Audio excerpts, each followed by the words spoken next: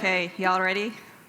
Yeah. So you have the yes and no, and if we think you're lying, we're going to ask for comments. All right? Okay, Aris, do you want to have the honors, or should I? I will go with a kind of an obvious one. There's a lot of startups pitching about AI and stuff. So my question is, have you ever asked ChatGPT or Gemini or whatever, should you invest in a startup?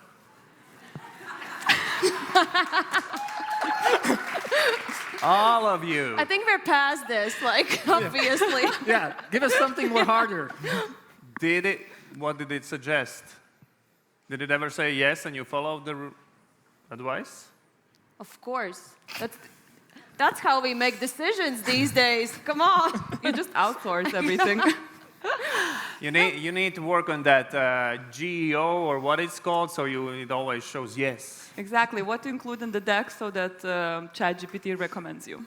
If they say yes, then you're like, but are you sure that we should? And if it's double yes, then you're like, oh, all in. Imagine if they say no, and then a couple of years later, they're like this big success story, so then you can sue ChatGPT. Exactly, you sue right? OpenAI, yeah. Sue everyone. All right.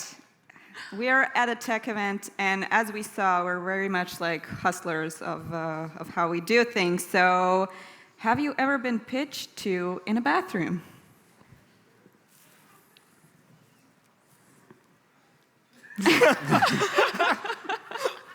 Zach, what happened? How did it go? Did you enjoy it? In backwards order, no, bad. I don't know. When you're an entrepreneur, you try really hard. Sometimes you try too hard. But was it at the sink or? No. Okay. Follow-up question, which bathroom was that? It was after a Web Summit thing, and he followed me from the stage to the bathroom, into the bathroom. Yeah, it just kept going. Okay. I love it. Did you invest? I mean, look, God bless entrepreneurs who try hard. ChatGPT wasn't back then yet available, so Zach was like, oh, I don't know. No. I mean, I think the hardest thing about being an entrepreneur is that you have this amazing balance between unadulterated aggression and reading the room. Because if you can't read the room, your customers and your partners and your employees, everyone will hate you and you fail. But you got to be aggressive, and that balance is so hard.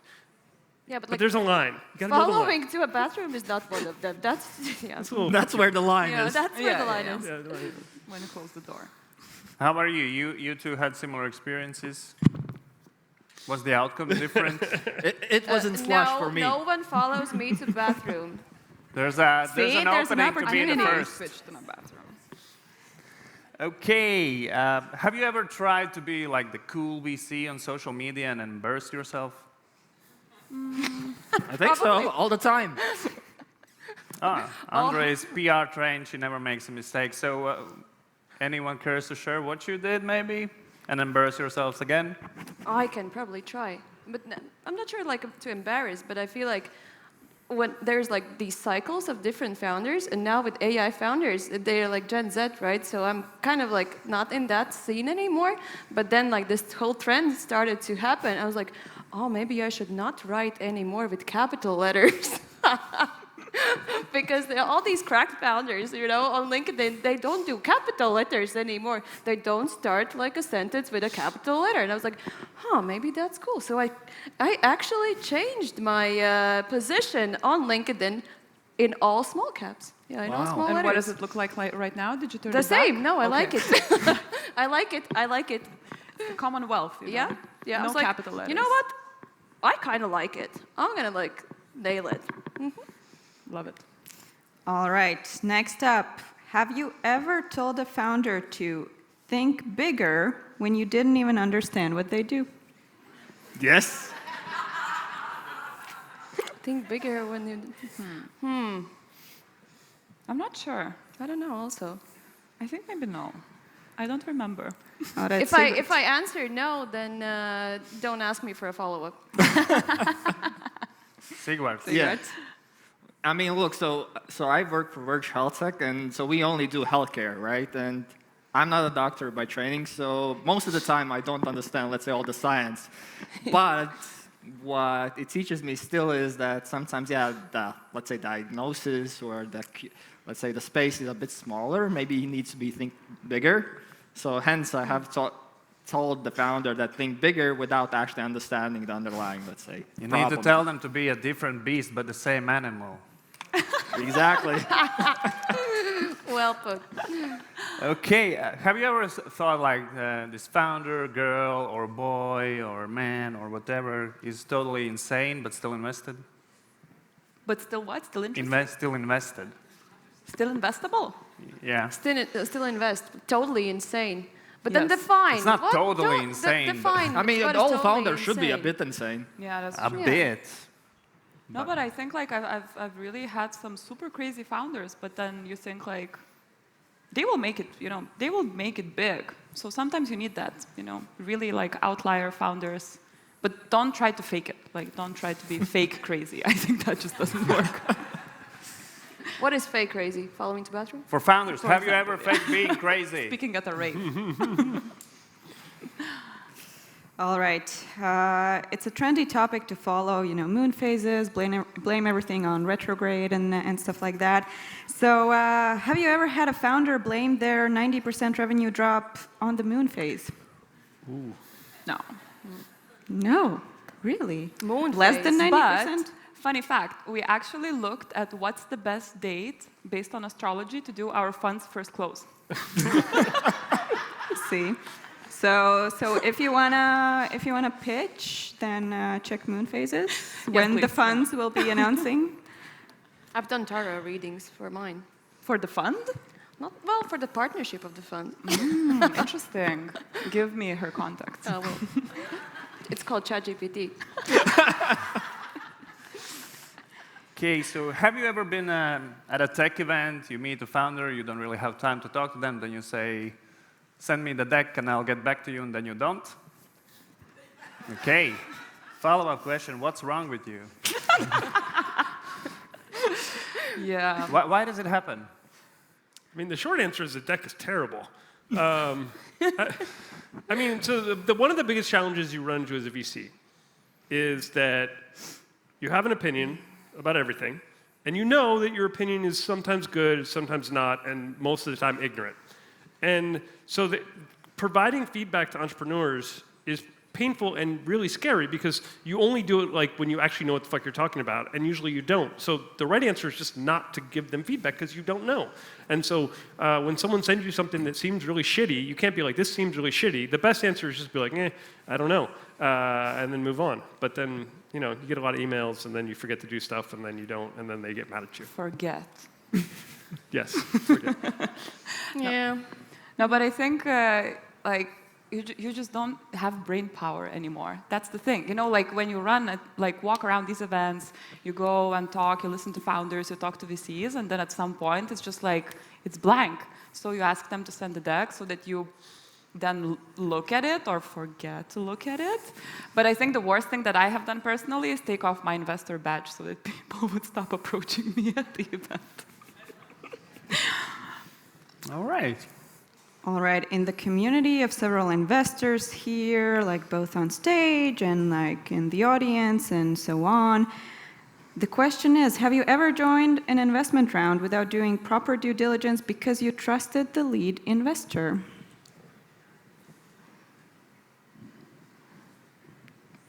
All right, split thoughts. Anyone wants to share?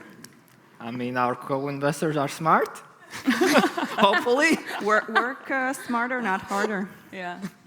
Well, I mean, we have done deals where, you know, there was a strong lead investor with a big ticket, and then we would follow with like a small, I don't know, 30, 50K check, and then it just doesn't make sense to do like the full DD. So in that case, we would trust them. Yeah, I agree. We haven't done that because we've done only like 11 investments, but I guess this situation is totally, if it's a good founder from the region that you invest in, it makes sense, especially from the Baltics. All right, now let's talk about value add. Have you ever told a startup or a founder that you will help them with hiring, and then you reposted just the job listing on LinkedIn? Yes! Okay. Is that the best? you Sigvard can was do, all or- in. Yeah, that's my way of doing things. Like sometimes you just have to wait until the right person appears so that you can recommend that person. So maybe You it's need not the right immediate. moon phase, yeah. Yeah, exactly. Yeah, astrology, tarot, and stuff. Yeah, It's my no excuse, moon phase. you can just use it for anything. now. Everything. All things. Why did you suck so bad at that talk, moon phase? All right, next up. Have you ever regretted leading around within a month? What? So you led around or you made an investment, and within a month you understood, oof, that wasn't the best idea. Yeah. Anyone care to share their, it looks like Zach, there's some tough stories. I mean, so the thing that's fascinating about this job is that if you go back and you look at all the investments you've made, so I look back, almost 100 investments, and then you chart them all, which ones worked and which ones didn't, and which ones were the big outcomes and which ones weren't. What I've found consistently over and over again were the ones that had become the biggest outcomes. So for instance, Mercury, big outcome for me, like it's a huge outcome for me. At the time, Ahmad was like, hey, let's go for a walk. I love Ahmad. I'm like, they were just getting started. They hadn't even, it was like the first round. So let's go for a walk. I want to tell you about this new idea. I'm like, cool. We go for a walk. He's like, we're going to start a bank. I'm like, what? Huh? No way. That's crazy. Bank? Start? No, dude, you don't know anything about banks. I don't know anything about banks. No. He did it. I invested. Best outcome, one of the best outcomes of my career. So all my best outcomes are crazy. They're, by definition, against all my 100, my best ones are crazy. So you kind of have to make the crazy bets. Except for sometimes you make the crazy bet, and then like the next day you get on the phone with the founder, and then you realize that it was crazy and really dumb, and then you're like, oh shit. Yeah, it happens. All right. All right, so how has been your sleep these days? How has been your sleep these days? Horrible. Good? Horrible. Then my question is, have you ever had nightmares about the startups or founders you founded?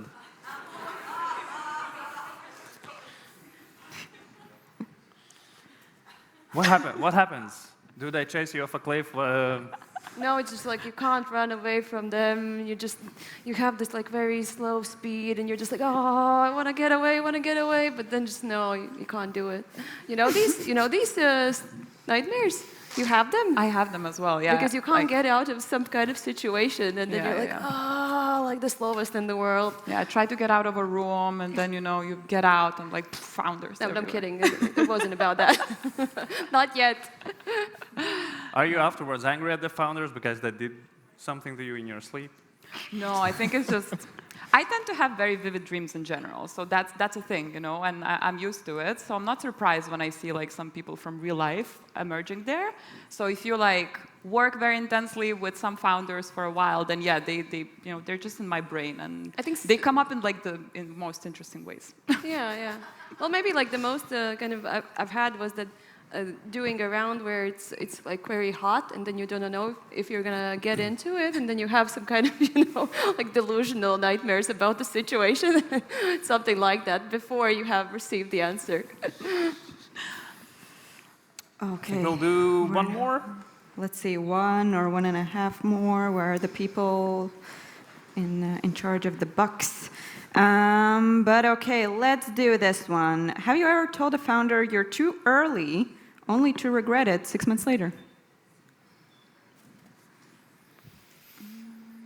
Not really. No. Zach, what happened?